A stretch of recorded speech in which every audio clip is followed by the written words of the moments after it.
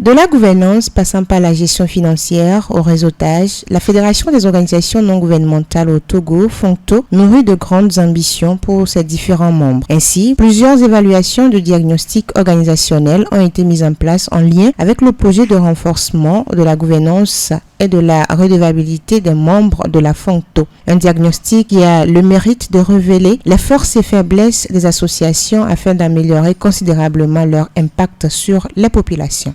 En fait, avec FONGTO, nous sommes en train d'évaluer nos actions, nos activités.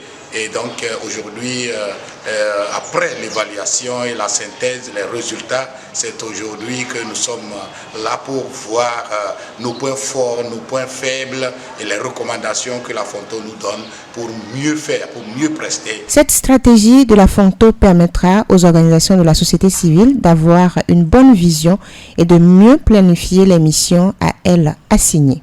Alors, la FONGTO a rassemblé aujourd'hui 10 organisations, mais elle a plus de 160 membres sur toute l'étendue du territoire. Donc c'est un processus qui a commencé avec les 10 organisations. Et donc cette formation consiste à renforcer les capacités de ces 10 organisations présentes aujourd'hui en matière de gestion comptable, administrative et financière, mais également en matière de gouvernance et de redevabilité. Et donc l'idée derrière, c'est de rendre les organisations membres de la FONGTO efficaces pour qu'elles puissent générer des impacts, vraiment, des impacts sur les populations.